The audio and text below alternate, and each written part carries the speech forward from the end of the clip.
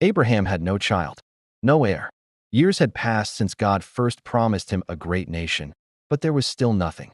One night, under a silent sky, God spoke to Abraham again. "Do not be afraid, Abraham. I am your shield, your great reward." But Abraham sighed. "Lord, what can you give me? I have no son. My servant will inherit everything I own." Then the Lord took him outside and said, "Look up at the sky and count the stars, if you can. That's how many descendants you will have." Abraham looked up. The night was endless, filled with lights he could never count. And though he couldn't see how it would happen, he believed. He believed God's promise, and God counted that faith as righteousness. Then God reminded him, "I am the Lord who brought you out of Ur to give you this land." But Abraham asked, "Lord, how will I know that I will possess it?"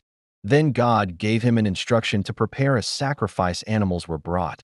The covenant was prepared, and as the sun set, Abraham fell into a deep, heavy sleep. A thick darkness came over him, and in that darkness, God spoke again. He told Abraham about the future.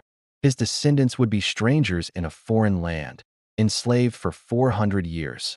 But God would deliver them with great possessions and bring them home.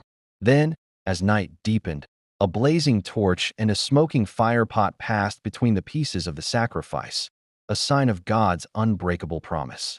That night, the covenant was sealed, not by Abraham's power, but by God's faithfulness. A man with no child was promised a nation.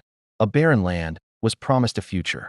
And it all began with one act of faith. So when your faith is tested and your hope feels distant, remember Abraham. He heard the word and believed.